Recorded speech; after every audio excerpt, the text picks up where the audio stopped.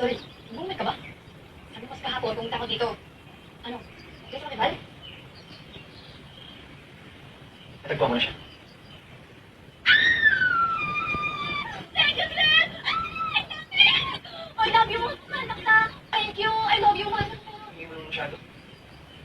Sobra naman. Na-excite lang? Saka, paano ko ba mahal si Val? Bakit hindi na namamakakas sa dalawang ito? Ha? Paano ko mamakanda ng ilog? Eh, hindi ka marunong magsagwan. Tsaka hello! Expression lang yun. Alam mo naman sabihin ko na I hate you. Eh, may nagpapatama. Wait lang. Tawag ako muna si Dusty eh. Hello, Dusty! Success! Naano ka ni Dusty man? Dusty, dapat rinigyan ko sarili namin bukas. Yung bagay na ako, gusto rinigyan mo na ako. Ah, sige, sumama ko. Sumama rin sa bayan ha. Okay. Ayun, kayo libag. Bye! Thank you, Dre! Sobrang thank you! Lapis ng podcast, sabi ka. Hoy, alam ko yung sabik na yun ha. Pinag-aralan namin sa Pilipino yan. Pinag-aralan niyo yung ibang tamang asal ng kababayan. Tamang asal. Ano ba yung sa inasal ko? Basta ako na-excite lang. Tsaka, syempre, mayakap ko na siya.